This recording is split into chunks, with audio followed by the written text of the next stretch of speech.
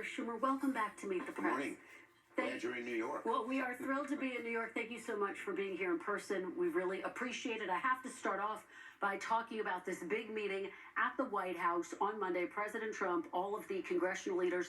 How did it come about, and could this be a sign that you can get a deal done? Well, first, how it came about. You know, we Democrats have been pushing for a meeting and a real negotiation, which they haven't done. They've just done their own bill.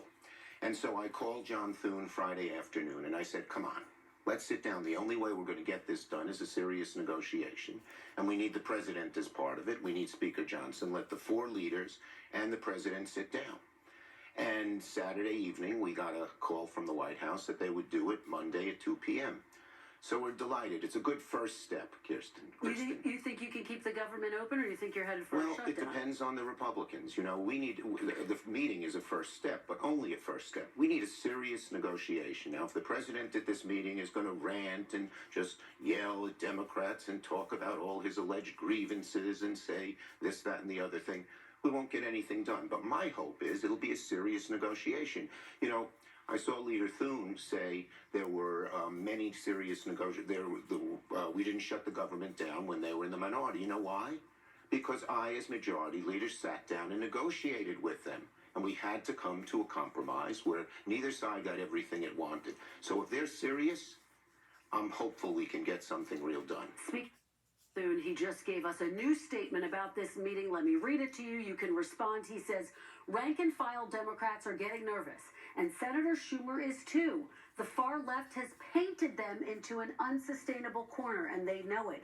Hopefully, Senator Schumer sees the light and listens to the same voice that walked him and his colleagues away from the edge of a shutdown in March. If a White House meeting helps him get there, I welcome the opportunity. Fundamentally, nothing has changed, though, and the choice remains the same. Democrats can either vote for a clean, short-term, nonpartisan CR that prioritizes the American people, or they can choose a completely avoidable shutdown that prioritizes politics above all else.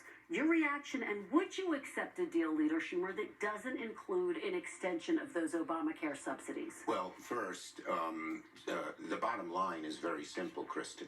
It's up to them. If they come into the meeting to seriously negotiate, and the reason we've been pushing for months, we've been resolute that we need a meeting, that we need a real negotiation, that you don't do this by one party putting together a completely partisan bill and saying take it or leave it. So they felt the heat. The president at first said no. Remember, he first said yes for a meeting, then he said no for a meeting. He went on a rant against Democrats. But I think they felt the heat, and they now want to sit down. But the fundamental question hasn't been answered yet, and we'll see on Monday. Are they serious about negotiating with us in a real way? We have two concerns. The first is health care. Our health care situation is a shambles, in good part because of what the Republicans did in the BBB, their so-called big, beautiful bill. Now they want to change the name of it because they know it's not very popular. I think 68% of Americans don't like it. And so it's a mess. We're representing the people everywhere I go and my colleagues go throughout the country. Red, blue, purple. People are saying, oh my God, you got to change this. People are losing their jobs. Rural hospitals are closing. People are going to get notices of $4,000 a year increase in their premiums. So our job is to represent the people of America. So far, they've stonewalled and said, we're not discussing any of that. And we'll see if it changes on Tuesday. Okay, well, President Trump... On Monday. Yeah, well, President Trump, as you know, is threatening mass firings of federal workers, thousands of them, he says. Back in March, when you were talking to the Republicans, that was one of your big sticking points. You said, I don't want to see federal workers fired. Here's what you told me back in March. Let's take a listen. They would keep the government shut down for 6 months, 9 months, a year, till everyone was furloughed and gone and quit. And there'd be no way to stop it. So I thought that would be so devastating to the Republic and anger so many people.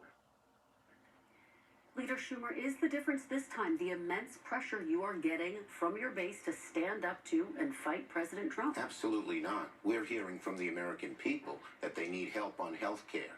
And as for these massive layoffs, guess what? simple one-sentence answer. They're doing it anyway. There's no shutdown. They're laying off all these people. The budget they proposed says another 300,000 federal workers should be laid off. They laid off 80,000 in the Veterans Administration. They're trying to intimidate the American people and us. But the bottom line is, if they fire all these people, first, the courts have brought a lot of them back because what they did was illegal.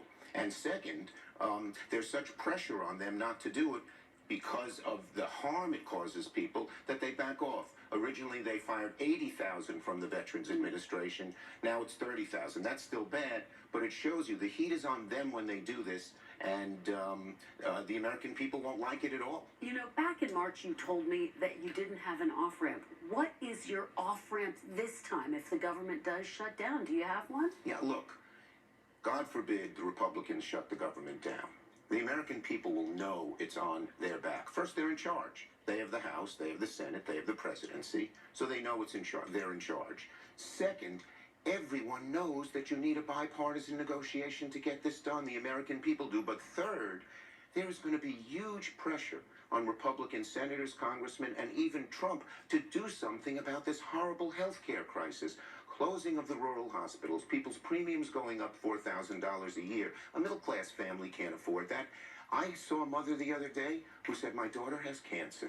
If these cuts go through, her treatment will end. I'm going to have to watch her suffer. That's happening all over America. So the heat will be on them if they do it. We hope they don't. We don't want to shut down. We hope that they sit down and have a serious negotiation with us. That's how it's... I would remind Leader Thune, that's how we all did it in the past, a bipartisan negotiation. That's why the government didn't shut down while I was leader. I have to turn to the other big news. We have been tracking the indictment of former FBI Director James Comey. He's accused of lying to the Senate. Back in 2020, you heard my conversation with Leader Thune. He notes the fact that he was indicted by a federal grand jury. He also says he wants to let the process play out. Do you have faith in the judicial system? I have no faith in Donald Trump's judicial system. He has turned this judicial system to be his own political fighter. Do what he wants politically, so that he tells them to go after people he doesn't like. He tells them to exonerate people that he likes. So many people are getting pardoned and this and that. He has turned this Justice Department into his own political watchdog. It's horrible. No president has done this. This is what autocrats do. This is when Trump says he wants to be king to do it. And so when he says he doesn't like Comey, look what happened there, Kristen. The prosecutor who he appointed said there's not enough evidence to indict Comey, so he fired this prosecutor and put in someone who'd do whatever he wanted. This is one of the... Trump's done so many bad things to undermine our democracy, to undermine our norms. This is one of the very worst. You're talking about executive authority, and I want to ask you broadly. We just learned, Leader Schumer, that President Trump is saying he now wants to send federal troops into Portland, Oregon. What is your reaction to that? Leader Thune defended it. What say you? It's indefensible. What we've always had in America is when there are problems, domestic problems in terms of safety, in terms of violence, it's the local police departments, the local sheriffs, the state sheriffs who handle the problem. What normal presidents would do would be say, oh, is there a problem here? Call up the governor of the state, Oregon, and say, how can we help you get this done? What he's done instead, she told him she doesn't need him. The governor of Oregon said, we don't need you. And yet he comes in and brings in these troops.